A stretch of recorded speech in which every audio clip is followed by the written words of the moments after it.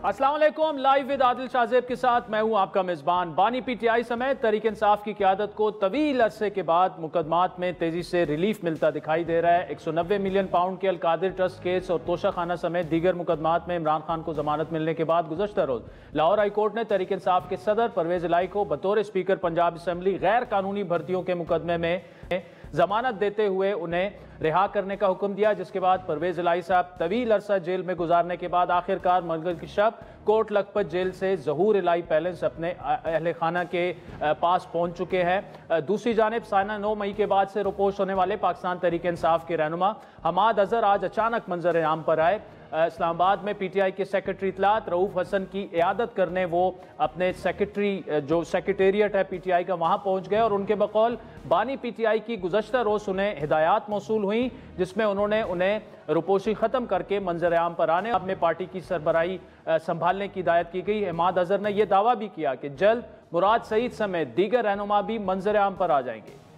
कल रात को जब रऊफ साहब ने बोला उसके बाद मुझे पैगाम मौसूल हुए कि अब आपके बाहर आके क़यादत करने का वक्त आ चुका है। इसलिए अब मैं आज रऊफ हसन साहब से मिलने आया हूँ आज, क्योंकि जाहिर है अगर इस मौके पर मैं ना हूँ उसके बाद मैं पेशावर जाके अपनी इंटरिम बेल्स लूंगा, वक्त लूंगा, पेशावर पंजाब की कोर्ट में पेश होऊंगा और आगे अल्लाह मालिक मुराद सईद भी आ रहे हैं, सब बाहर। अब तक तहरीक इंसाफ के रहनुमाओं का दावा था कि उनके साथ ज्यादती हो रही है, लेकिन अब उन्हें अदालत से रिलीफ मिलने लगा है, रिहाइयां हो रही हैं, रुपोश रहनुमा मंजर आम पर आ रहे हैं। ऐसे में सुन्नी इत्तेहाद कौंसिल के सरबराह साहबजादा हामिद रजा ने अचानक फौज की बजाय हुकूमत से मुज़ाकरात करने की बात करके तहरीक इंसाफ के उस को एक तब्दील शुदा मौक़िफ़ सामने आया, जिसके मुताबिक मुज़ाकरात सिर्फ आर्मी चीफ और DGISI से होने चाहिए। उन्होंने क्या कहा, पहले ये आपको याद दिलाते चले कि बानी पीटीआई का अब तक ये मौक़िफ़ रहा है कि नून लीग, पीपल्स पार्टी और MQM से किसी किस्म के मुज़ाकरात नहीं हो सकते। क्या अब इमरान खान का मौक़िफ़ तब्दील हो चुका है, उसमें लचक पैदा हुई? अगर हाँ तो तहरीक इंसाफ का इस बारे में अगला कदम क्या होगा?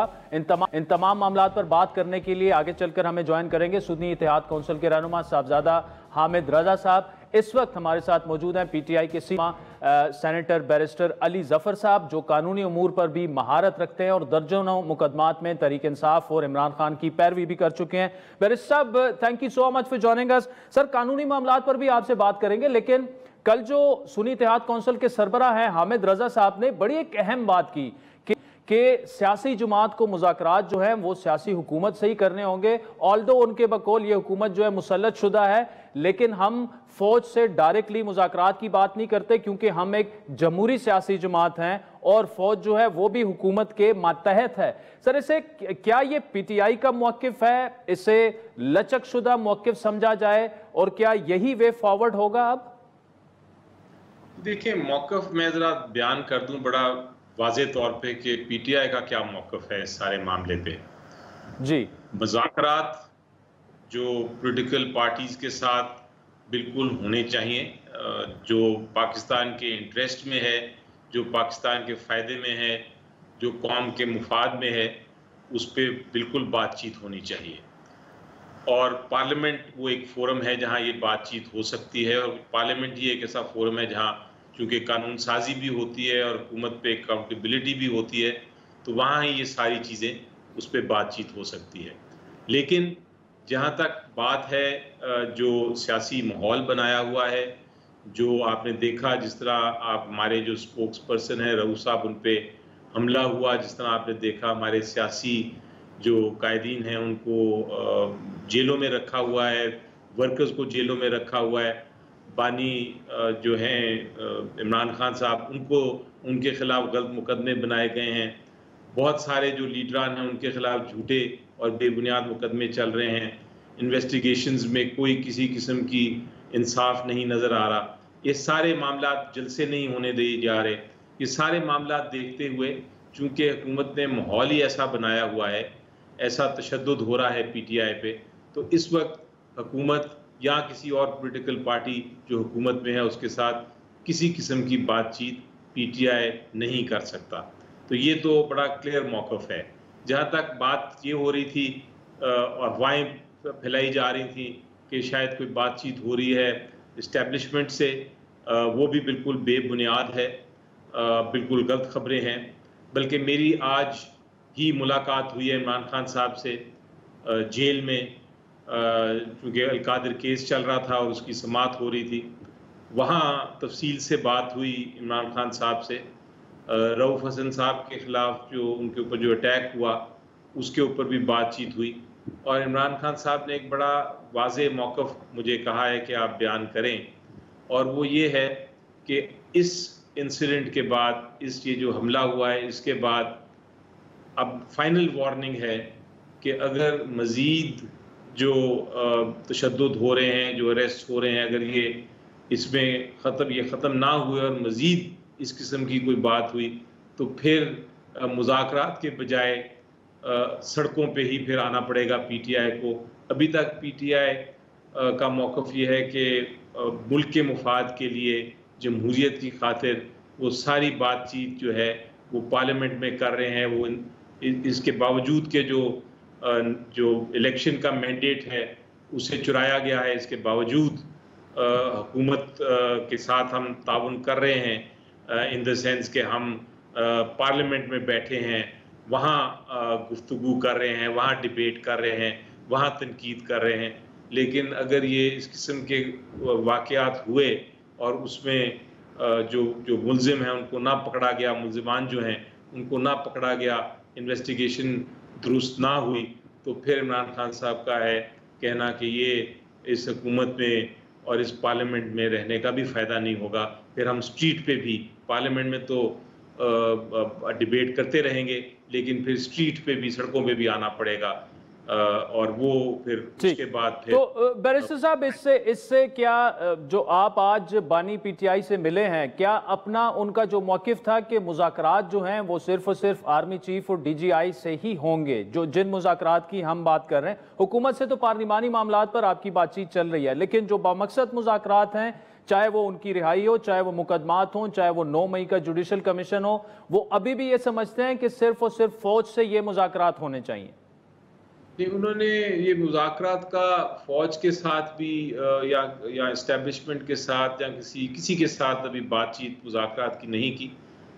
हमारा मौक़िफ़ ये है कि अगर किसी ने बात करनी है, हुकूमत है, अगर हुकूमत चाहती है बातचीत करना, जिन उनके बयानात आ रहे हैं, तो फिर वो एक ऐसा माहौल पैदा करे, जो गलत मुकदमे हैं वो वापस ले, जो जलसे नहीं करने दिए जा रहे पीटीआई को वो वापस लें, उस पे जो कैदी रखे हुए हैं, जो वर्कर्स को पकड़ा हुआ है, उनको रिहा करें। ये सारे जो मामलात हैं, एक माहौल बनाएं, तो फिर हम उनसे बात कर सकते हैं। या फिर हुकूमत कह दे कि जी हमारे से बात करने का फ़ायदा ही नहीं, हमारे कंट्रोल में कुछ नहीं है, ये किसी और के कंट्रोल में है, आप उनसे बात करें, तो फिर वो अलग बात है। लेकिन जब तक हुकूमत है, जब तक आइन है, तब तक तो बातचीत जो है हुकूमत से ही हो सकती है। हाँ, माहौल बनाने के लिए अगर इस्टेब्लिशमेंट कोई किरदार अदा कर सकती है तो बिल्कुल करे, अगर जुडिशरी कोई कर सकती है किरदार, माजी में तो उन्होंने ऐसी बात, जब इलेक्शन का मामला आया था, आपको याद है, जुडिशरी ने ही एक तरह से बात कराई थी सारी पॉलिटिकल पार्टीज़ की। तो अगर जुडिशरी कोई रोल अदा कर सकती है, मेरी नज़र में तो शायद नहीं कर सकती क्योंकि ये सियासी मामलात है, लेकिन अगर माहौल क्रिएट करने में कोई मदद कर सकती है तो ज़रूर करे। लेकिन पहले एक तरह से जिसको आप कहते हैं जो SOPs हैं, जो कॉन्फिडेंस बिल्डिंग मेजर्स हैं, वो होने चाहिए कंप्लीट, ताकि एक दूसरे पे एतमाद भी हो और फिर मुज़ाकरात आगे चलेंगे। इस वक्त सिर्फ हवा में बात करने का तो बैरिस्टर साहब, क्रक्स ये है, और मेरी तस्दीक कीजिएगा अगर इसमें मैं कुछ गलत समझाऊं आपकी बात को, कि पहले एक माहौल बनाया जाए। तो अगर माहौल बन जाता है तो आप इस्टेब्लिशमेंट नहीं बल्कि हुकूमत के साथ ही बैठकर मुज़ाकरात करने के लिए तैयार हैं। तो ये जो बात पहले कही गई थी, लिखी गई थी बार बार, कि बानी पीटीआई जो हैं वो मुज़ाकरात ही सिर्फ पीटीआई उससे करना चाहते हैं, आर्मी चीफ से और DGISI से, और वो ना तो पीपल्स पार्टी, ना तो मुस्लिम लीग नून और ना MQM के साथ मुज़ाकरात करना चाहते हैं। बार बार आपके रहनुमा गए, उनसे मिले, और यही चीज़ें उन्होंने खुद रिपोर्ट की हैं। जी देखें, ये अभी बड़ा कबलस वक्त है ये कहना कि मुज़ाकरात, वो तो फैसला करेंगे, इमरान खान साहब ही करेंगे कि मुज़ाकरात करने हैं कि नहीं। अभी तक तो उनका बड़ा क्लियर मौक़िफ़ है कि पॉलिटिकल पार्टीज़ जो इस वक्त हुकूमत में हैं उनके साथ मुज़ाकरात करने का कोई फ़ायदा नहीं, इसलिए कोई मुज़ाकरात नहीं होंगे। अगर माहौल बनता है और ऐसी कंडीशंस आती हैं तो फिर उन्होंने फैसला करना है। वो जो भी फैसला करेंगे वो फिर उसके मुताबिक होगा। लेकिन मेरी नज़र में ज़ाती तौर पे अगर ऐसा माहौल बनता है तो ज़रूर मुज़ाकरात फिर होने चाहिए, बातचीत होनी चाहिए। और उसमें एक बड़ी इम्पॉर्टेंट कंडीशन ये भी होगी कि जो इलेक्शन चोरी किया गया है उसको किस तरह रिजॉल्व किया जाए, उसके जो मसाइल हैं किस तरह रिजॉल्व किए जाएँ, क्या हम दोबारा इलेक्शन में जाएंगे नहीं जाएंगे, इस किस्म की फिर बातचीत हो सकती है मेरी नज़र में। लेकिन ये कबल अज़ वक्त है, पहले माहौल बने फिर फैसला करेंगे इमरान खान साहब इसके ऊपर। ठीक, तो आखिर में सर फिर ये कहा जाए कि फिलहाल वो ना तो एस्टेब्लिशमेंट और ना हुकूमत से मुज़ाकरात के लिए तैयार है इमरान खान साहब? जी बिल्कुल, फिलहाल इस वक्त ये पोजीशन है। बैरिस्टर अली जफर साहब, thank you so much for joining us. आपने सुना अली जफर साहब बड़े अहम रहनुमा हैं तहरीक इंसाफ के, इमरान खान साहब के लॉयर हैं, उनके करीबी साथी हैं। आज भी उनसे मुलाकात हुई है। तो जो हामिद रजा साहब ने स्टेटमेंट दी है कल कि एक सियासी जमात होने के नाते मैं समझता हूँ कि मुज़ाकरात फ़ौज से नहीं हुकूमत से होने चाहिए और सुन्नी इत्तेहाद कौंसिल जो है वो उसके लिए तैयार है, किस कॉन्टेक्स्ट में उन्होंने ये बयान दिया था? ब्रेक के बाद साहबजादा हामिद रजा साहब हमें ज्वाइन करें।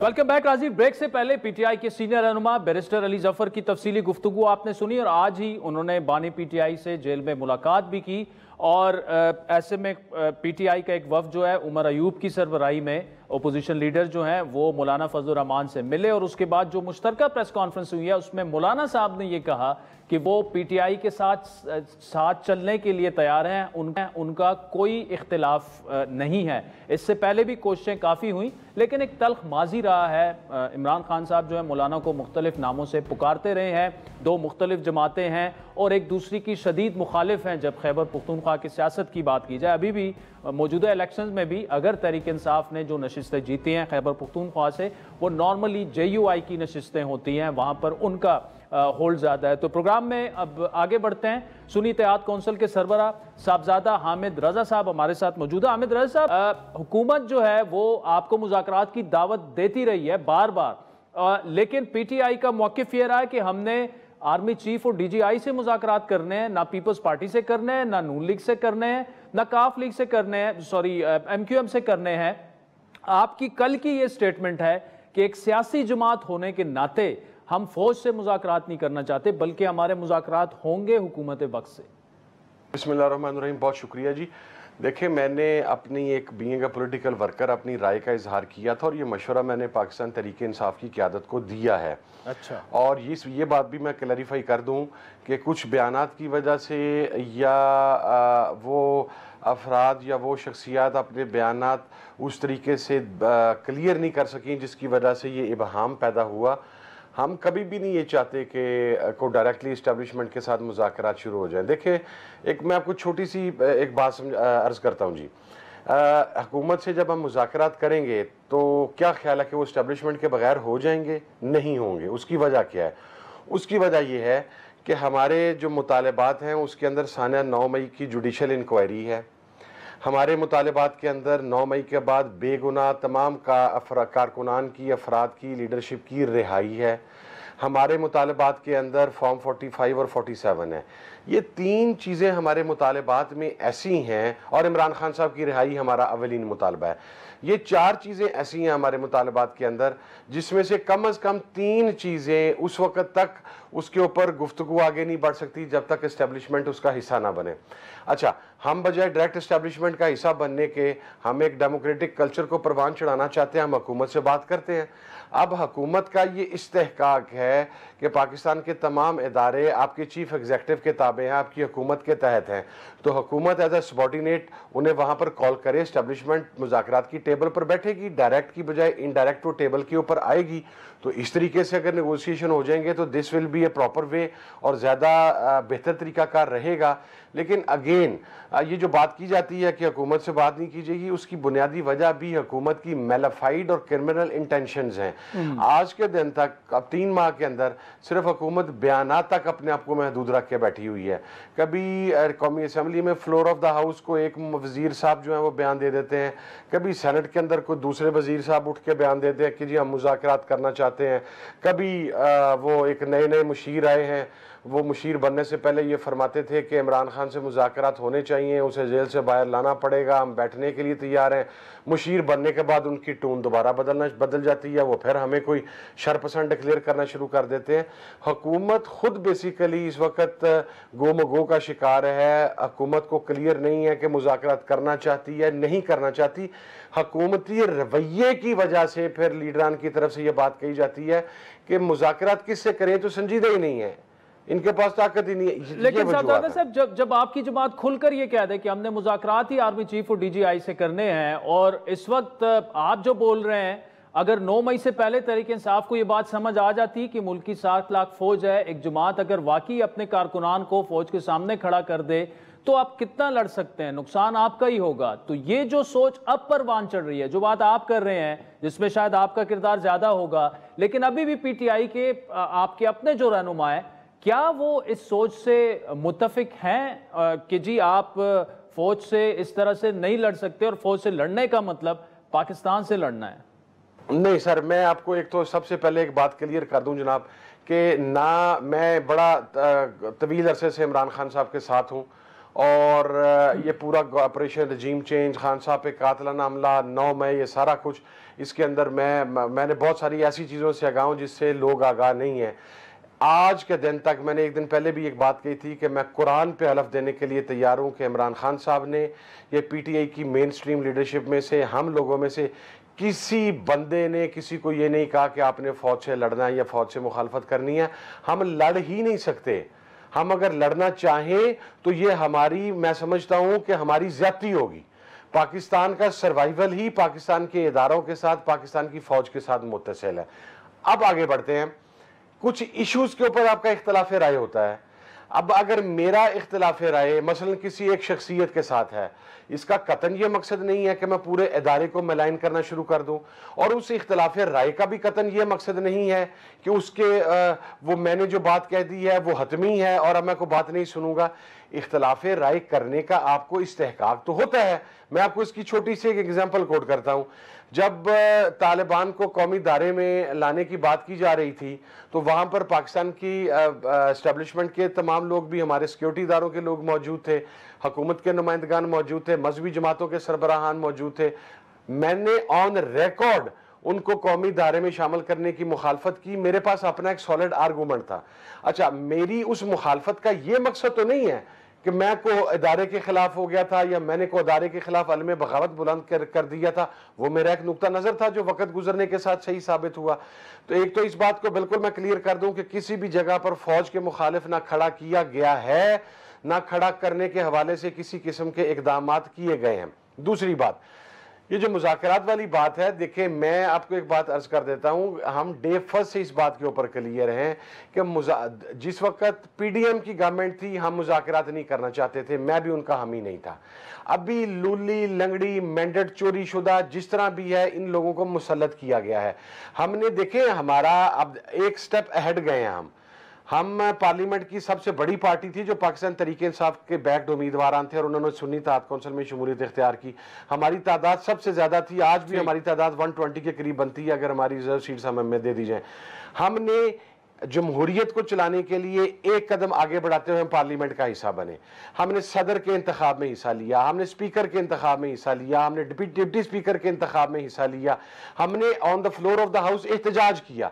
ये सारा कुछ इमरान खान साहब की डायरेक्शंस के ऊपर ही हुआ। इमरान खान को आप ये तो कह देते हैं कि इमरान खान ने ये कह दिया, इमरान खान ने वो कह दिया। इमरान खान को इस चीज का क्रेडिट क्यों नहीं देते कि इमरान खान ने सबको कहा कि आपने इस पार्लियामेंट में अपना रोल प्ले करना है। इमरान खान ने कहा कि आपने सदर के इंतखाब में हिस्सा लेना, आपने स्पीकर के, आपने लीडर ऑफ द अपोजिशन, कायदे-ए-ऐवान, तमाम चीजों के इंतखाबात में अपने हिस्सा लेना। ये क्रेडिट तो इमरान खान को देना चाहिए। चलें सादा सा सवाल कि जो ये बात कर रहे हैं, क्या ये कहा जाए कि बतौर सुन्नी इत्तेहाद कौंसिल के सरबराह अब ये इमरान खान साहब भी आपके इस पॉइंट ऑफ व्यू से मुत्तफिक हैं कि मुज़ाकरात जमहूरी रवैया अपनाते हुए हुकूमत वक्त से ही होने चाहिए, ना कि किसी और से?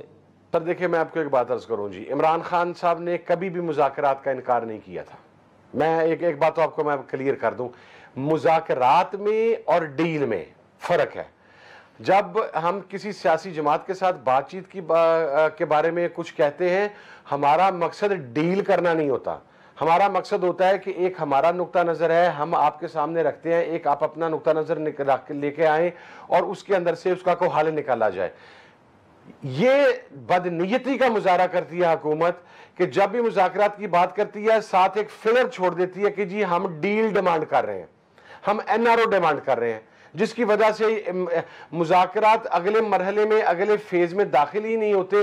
वो इब्तिदा में ही बदएतमादी का शिकार हो जाते हैं। भाई हमने तो आपसे कोई डील नहीं मांगी, हमने तो आपसे कोई NRO नहीं मांगा। अगर इमरान खान आज केसेस के अंदर रिहा हो रहा है इसलिए हो रहा है कि वो बेगुनाह था। अगर हमारे कारकुनान आज जेलों से रिहा हो रहे हैं तमाम टॉर्चर और जुल्म सितम के बावजूद इसलिए रिहा हो रहे हैं कि वो बेगुनाह थे। हमको आपसे डील करके तो नहीं बाहर लेके आए। हमारे आज भी लीडरान रुपोश हैं, वो नहीं आ पा रहे। साहबजादा साहब, ये डील नहीं दूंगा, NRO नहीं होगा, ये सारे अल्फाज तो खुद इमरान खान साहब के हैं जब वो वजीर आजम थे, और अभी भी जो अभी तक रवैया रहा है कि जी मैं इनसे बिल्कुल मुज़ाकरात नहीं करूंगा, वो तो सियासी जमातों के वजूद को तहरीक इंसाफ के अलावा कबूल ही नहीं करते कि ना नून लीग को मानते हैं, ना पीपल्स पार्टी को मानते हैं, ना MQM को मानते हैं। तो अगर ये रवैया होगा तो दूसरी सियासी जमातें भी फिर यही रवैया इख्तियार करेंगी। ऐसी कतन किसी किस्म की कोई बात नहीं है। बहुत सारे इशूज़ के ऊपर गुज़श्ता दौरे हुकूमत के अंदर पीपल्स पार्टी भी ऑन बोर्ड रही, बहुत सारे इश्यूज के ऊपर। अच्छा चले, मुझे एक छोटी सी बात है, जैसे बाजवा की एक्सटेंशन थी जी, उसके ऊपर सारे ऑन बोर्ड नहीं थे। पीपल्स पार्टी नहीं थी, नून लीग नहीं थी।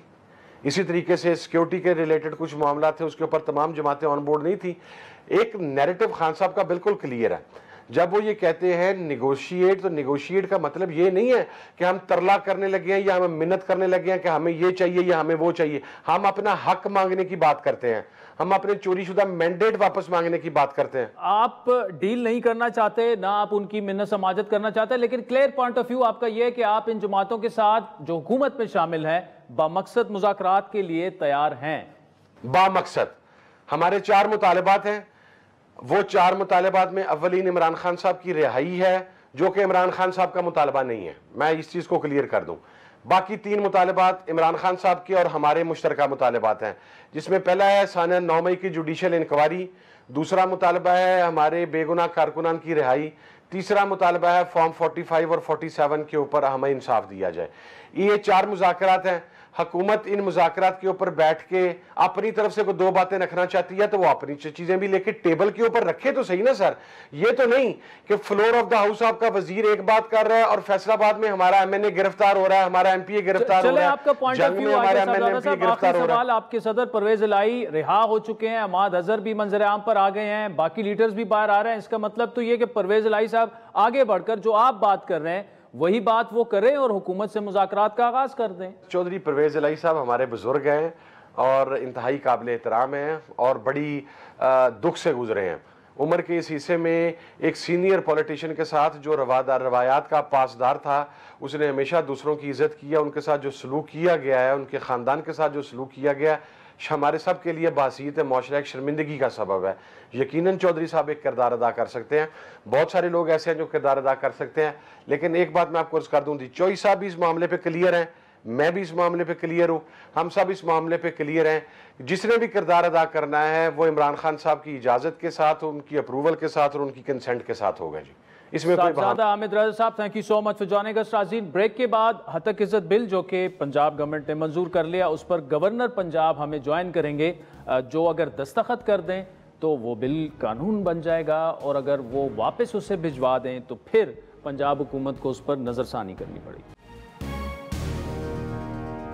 वेलकम बैक नाज़रीन। पंजाब असेंबली से मंजूर होने वाले हतक इज़्ज़त बिल 2024 के खिलाफ अपोजिशन और सहाफ़ती तंजीमों ने अदालत में जाने का ऐलान कर दिया, जबकि हुकूमती इत्तेहादी पीपल्स पार्टी ने बिल के मामले पर नून लीग से दूरी इख्तियार कर लिया। 2 रोज पहले बिल की मंजूरी के मौके पर पीपल्स पार्टी का कोई रुकन असेंबली ईवान में मौजूद नहीं था। पंजाब असेंबली में पीपल्स पार्टी के पार्लिमानी लीडर अली हैदर गिलानी के मुताबिक हतक इज़्ज़त बिल के हवाले से उनसे ना पूछा गया ना बताया गया। पीपल्स पार्टी कभी भी इस बिल का हिस्सा नहीं बनना चाहती थी। साबिक चेयरमैन सेनेट रज़ा रब्बानी के मुताबिक हतक इज़्ज़त बिल में सहाफ़ियों, सिविल सोसाइटी के नुक्ता नज़र को मद्देनजर नहीं रखा गया। पंजाब हुकूमत ने कानून का जायजा लेने वाली कमेटी की रिपोर्ट का भी इंतजार नहीं किया। नए बिल के तहत ट्राइब्यूनल की तश्कील का तरीक़ाकार अदलिया की आज़ादी के खिलाफ है। दूसरी जानब पीपल्स पार्टी के रहनुमा कमर जमान कायरा ने बिल पर एतराज़ात के हवाले से सवालात उठाए।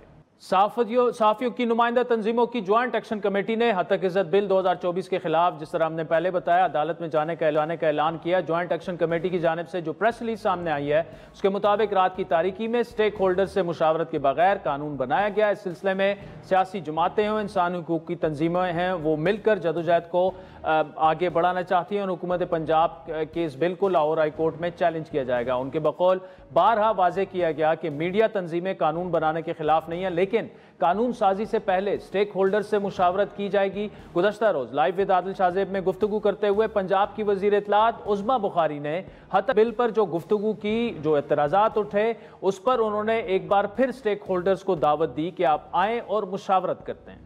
आप कल मिल लें ना, अगर if you are still open for suggestions तो आप मिल लें और मामले को आगे बढ़ाएं। मुझे कोई एतराज नहीं है मिलने पे।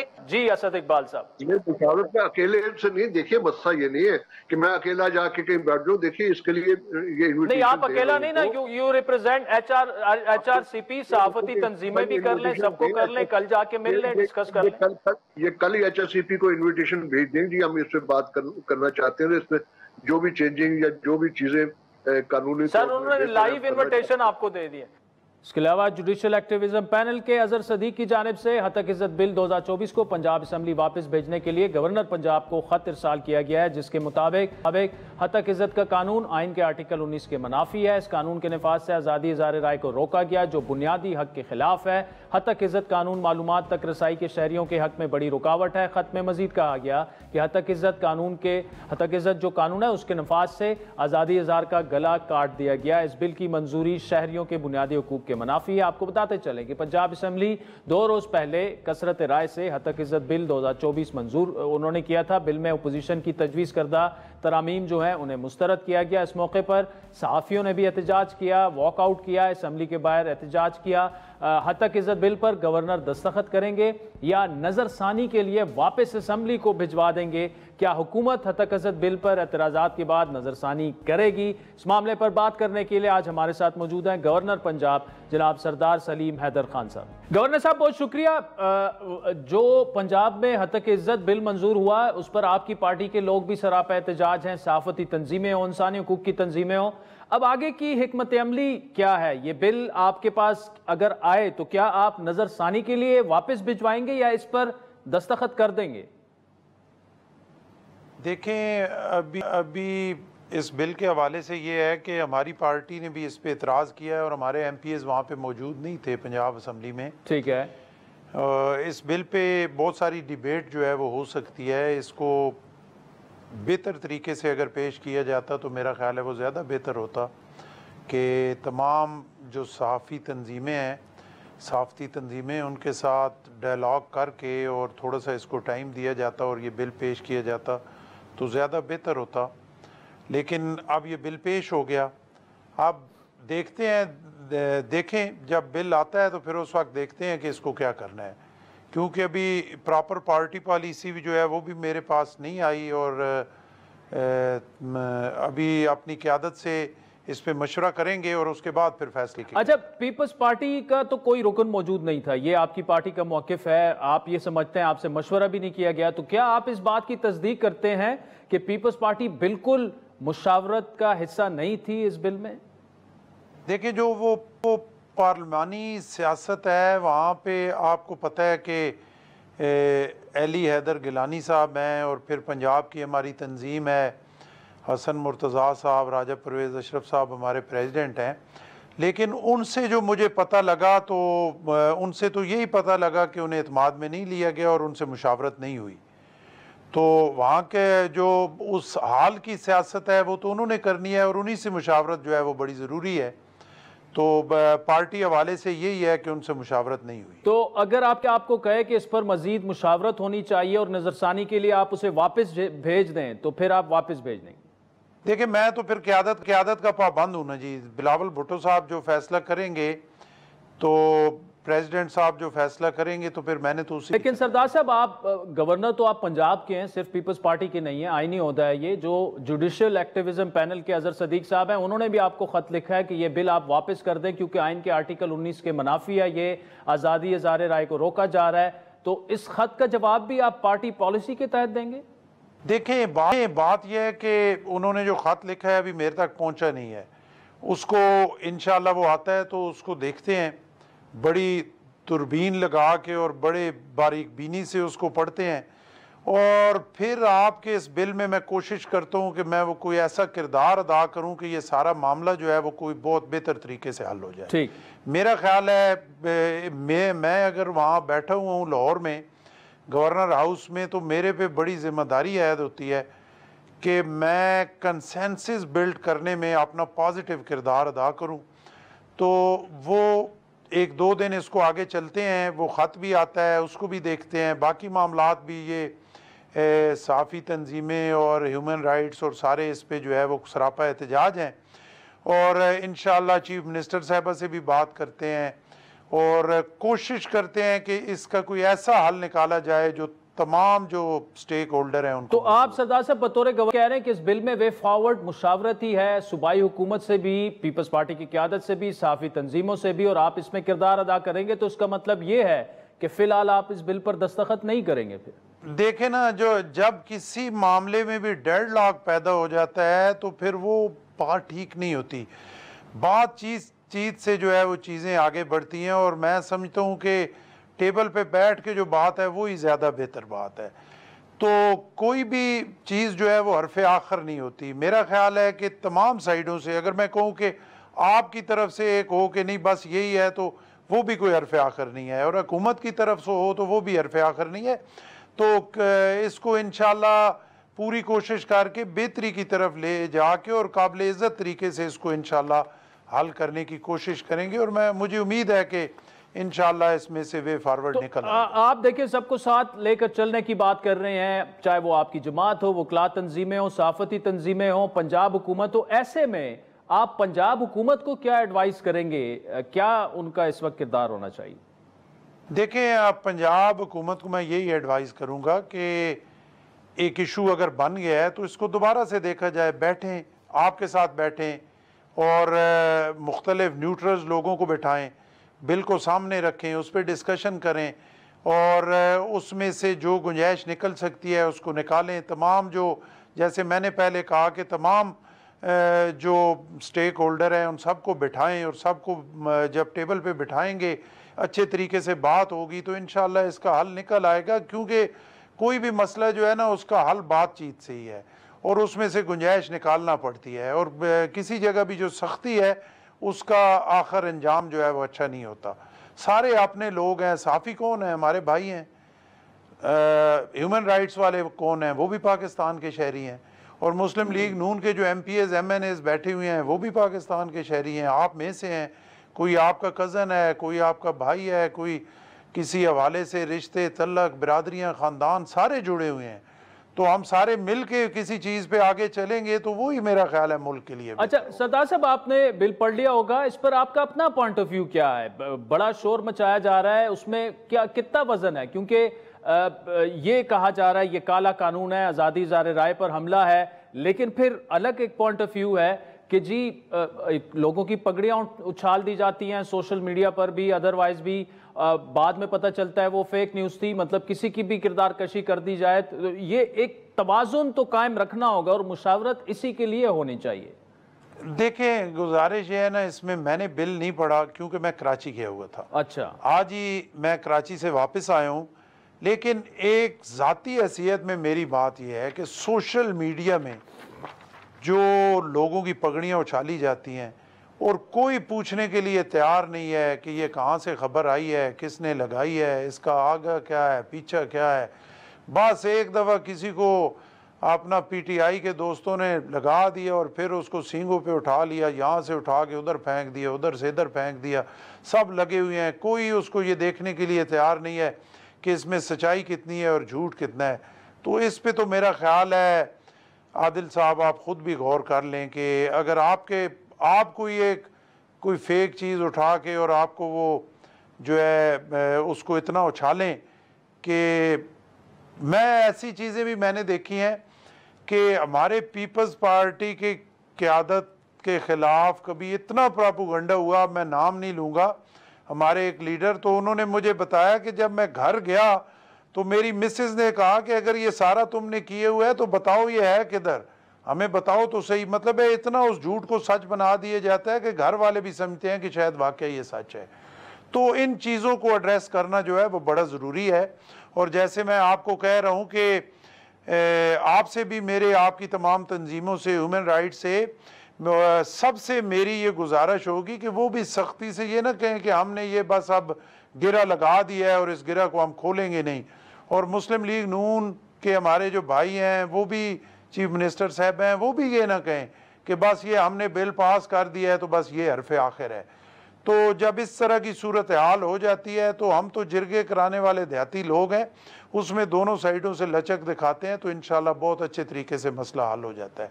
तो मेरा ख्याल है इंशाल्लाह इसमें कोशिश करते हैं, दोनों साइडों से कोशिश करते हैं कि इसको अच्छे तरीके से हल करने की। सरदार सलीम हैदर खान साहब, गवर्नर पंजाब नाज़रीन हमारे साथ मौजूद थे। वक्त चाहता है एक ब्रेक का, जिसके बाद आपसे दोबारा मुलाकात होगी। 3 रोज कबल हेलीकॉप्टर हादसे में जाँ बाक होने वाले ईरान के सदर इब्राहिम रईसी और दीगर की नमाज जनाजा में शिरकत के लिए वज़ीर आज़म शहबाज शरीफ अपने वफ्द के हमरा ईरान के शहर तेहरान पहुँच चुके हैं। पाकिस्तानी वज़ीर आज़म के अलावा अमीर कतर, तुर्कमानिस्तान के कौमी लीडर, ट्यूनिस और ताजिकिस्तान के सदूर, इराक, आर्मीनिया, कतर और आज़रबाईजान के वज़राए आज़म, इसके अलावा रूस, अलजायर, उज़्बेकिस्तान, काज़ाकिस्तान और लबनान की पार्लिमानों के सरबराहान उन गैर मुल्की रहनुमाओं और हुकाम में शामिल हैं जो ईरानी सदर इब्राहिम रईसी की आखिरी रसूमात में शिरकत कर रहे हैं। उनकी रसूमात का आगाज़ मंगल के दिन ईरानी शहर तब्रेज़ से हुआ, जिसमें हज़ारों अफराद ने शिरकत की। सरकारी सतह पर आखिरी रसूमात का सिलसिला जुमेरात और जुम्मे तक जारी रहेगा, जो तब्रेज़ से शुरू होने के बाद मशहद में इब्राहिम रईसी की तदफीन पर ख़त्म होगा। ईरानी सदर के हेली क्रैश होने पर काफ़ी सवालात उठाए गए, लेकिन अब सदारती कॉन्वॉय में शामिल 3 हेलीकॉप्टरों के दरमियान राब्तों और हेलीकॉप्टर हादसे की तफसीलात सामने आ चुकी हैं। सदारती कॉन्वॉय में शामिल 3 हेलीकॉप्टरों में से एक में मौजूद ईरानी एहलकार गुलाम हुसैन इस्माइल के बकौल सदर इब्राहिम रईसी के हेलीकॉप्टर का पायलट तीनों हेलीकॉप्टरों के कॉन्वॉय का इंचार्ज था। जब हेलीकॉप्टर ने तब्रेज़ के लिए दोपहर 1 बजे परवाज शुरू की तो उस वक्त मौसम ठीक था। परवाज के 45 मिनट बाद सदर रईसी के हेलीकॉप्टर के पायलट ने दीगर हेलीकॉप्टरों के पायलटों को अहकाम दिए कि वो करीबी मौजूद जो बादल है उससे बचने के लिए अपने हेलीकॉप्टरों को मजीद बुलंदी पर ले जाएं। सदर रईसी का हेलीकॉप्टर दीगर 2 हेलीकॉप्टरों के दरमियान था। बादलों के ऊपर परवाज के 30 सेकंड बाद हमारे पायलट ने नोट किया उनके बकौल के सदर का हेलीकॉप्टर गायब हो चुका है। हमारे हेलीकॉप्टर के पायलट ने फैसला किया कि वो अपने हेलीकॉप्टर से फिजा में चक्कर लगाए और सदर के हेलीकॉप्टर को तलाश करे, लेकिन कोशिशों के बावजूद रेडियो आलात से राब्ता ना हो सका, जिसके बाद परवाज जारी रखी गई और करीबी तांबे की कान पर उसे उतार लिया गया। उन्होंने मजीद कहा कि वजीर खारजा हुसैन अमीर और सदर के हिफाजती यूनिट के सरबराह को कई बार कॉल की गई, लेकिन जवाब मौसूल नहीं हुआ। सदर के पायलट कैप्टन मुस्तफ़ी से भी राब्ता किया गया, लेकिन वो भी जवाब नहीं दे पाए। गुलाम हुसैन ने मजीद बताया कि राब्ते की कोशिश के दौरान जिन्होंने कॉल उठाई वो तब्रेज़ में नमाज जुमा के पेश इमाम मोहम्मद अली आले हाशिम थे। आले हाशिम की हालत अच्छी नहीं थी, लेकिन उन्होंने तस्दीक की कि सदर का हेलीकॉप्टर वादी में हादसे का शिकार हो चुका है। इस पर उन्होंने भी आले हाशिम को फ़ोन किया और आले हाशिम ने यही बात दोहराई कि हेलीकॉप्टर हादसे का शिकार हो चुका है। गुलाम हुसैन की बकौल जब हादसे की जगह का मालूम हुआ तो मैयतें देखकर अंदाज़ा हुआ कि सदर और दीगर एहलकार मौके पर ही जाँ बाक हो गए थे, लेकिन आले हाशिम की मौत कई घंटे बाद हुई। ईरानी सदर को बिलाशुबा फ़लस्तीन पर उनके 2 टुक मौक़िफ़ के बायस याद रखा जाएगा। फ़लस्तीन को लेकर यह अहम खबर भी आज सामने आई है कि 3 अहम ममालिक नॉर्वे, आयरलैंड और स्पेन ने फ़लस्तीन को बतौर रियासत तस्लीम करने का